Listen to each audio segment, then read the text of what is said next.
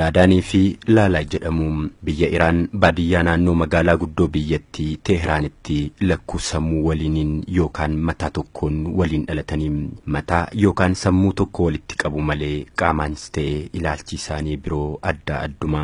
Laadaan ishee karaa mirgaatiin gamna lakkuu ishee karaa bitaarras qaruuxeedha.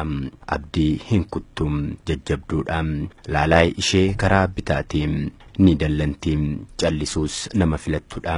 Laadaan abukaatoo mirga dubartootaaf falmitu ta'uu feetii. Lalay ammoo gaazexeessaa akka koo rakkoo falaa agarsiisu odeessuu barbaadde.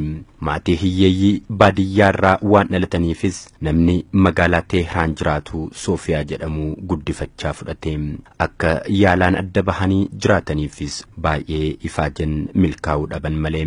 Laadaanii fi Lalay wajjin baratu garuu dandeettii fi hawwiin isaanii gargar malee waliin shubbisuu waliin rafuu uumaatu akka adda hin baanetti walitti kotteesse. Barumsa sadarkaa olaanaas xumuranii carraa hojii Iraan Broadcasting Corporation kenneefis ji'a tokkoof yaalanii haalli mijachuu fi didee dhiisanii wanta hiriyoonni isaanii godhan gochuu dadhabuun daran xiinsammuu isaanii miidhaa dhufe. Keessattuu umrii qarrummaarra darbanii hiriyaa dhiiraa qabachuu miira uumamaan isaan keessatti uume garuu uumaanumti isaan sakaalee yaadanii miira gadaantummaa of ciruu fi of jibbuu hojii guyyaa guyyaa isaanii godhatanii teknoolojii addunyaan dhalee fayyadamaniis hawwii isaanii adda bahanii akka hiriyoota isaaniitti jiraachuu milkeessuu hakiimota addunyaa irratti dhaammatanii. Garuu hakiimni garaa jabaateen bakka lamatti isaan baasu addunyaarraa dhabame. Hawwiin adda bahanii akka namaatti jiraachuus hanguma umriin isaanii dabaluu wajjin dabalaa dhufe. Gaaf tokko waan gaazexeessaan harkitolees tokko harka isaatiin katabee barruu tokko irratti maxxanfame arganii. Innis akkas jedha. Hakiimni biyya Siingaappoor Dr. Go jedhamu ijoollee mataa tokko adda baase. Kana dhagahuun Laadaanii fi Lalayiif gammachuu daangaa hin qabneetti uume. Abdii lama taana jedhu sammuu isaanii keessaa qillise. Yeroos hin gubne. Yeroosuma Dr. Goof ergaa iimeelii kaa'anii innis eeyyamamaa ta'e.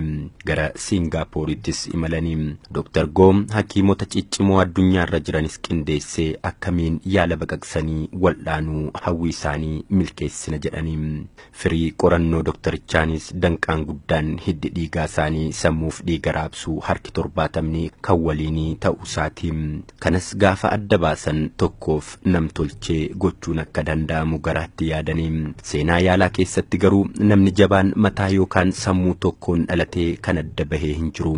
Hakiimota yaala baqaqsanii yaaluu niiroofis qormaata jabaa ta'e.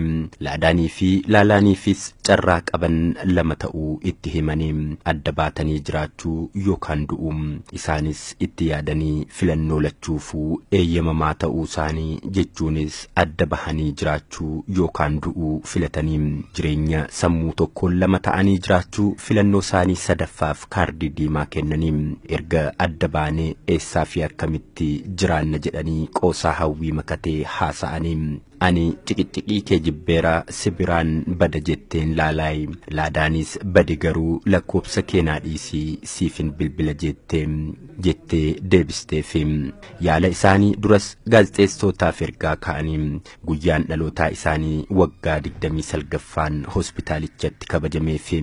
Hakiimonni 51 biyyoota Siingaappoor, Ameerikaa, Firaans, Jaappaan, Siwiizerlaandii fi Neepaal irraa Dr. Goon durfamuu yaala walxaxaa kana eegalanii. Firrii fi gaazexeessitoonni addunyaa taatee addaa kana argaa dhageettii addunyaaf gabaasuuf hospitaalichatti dhidhimaniitu jiru.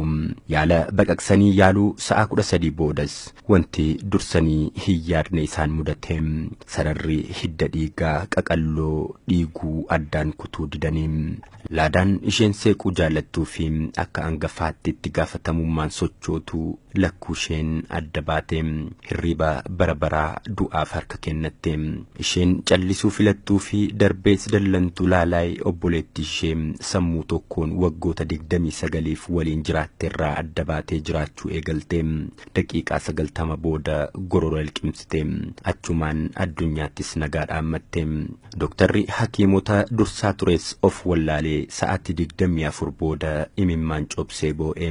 Guyyoota 2 boodas reeffi Laadaanii fi Laalaay Siingaappoor irraa gara Iraan Teheraan lafa baadiyyaa qe'eetti dhalatanitti handhuuraa isaanii waliin biyyee nyaate.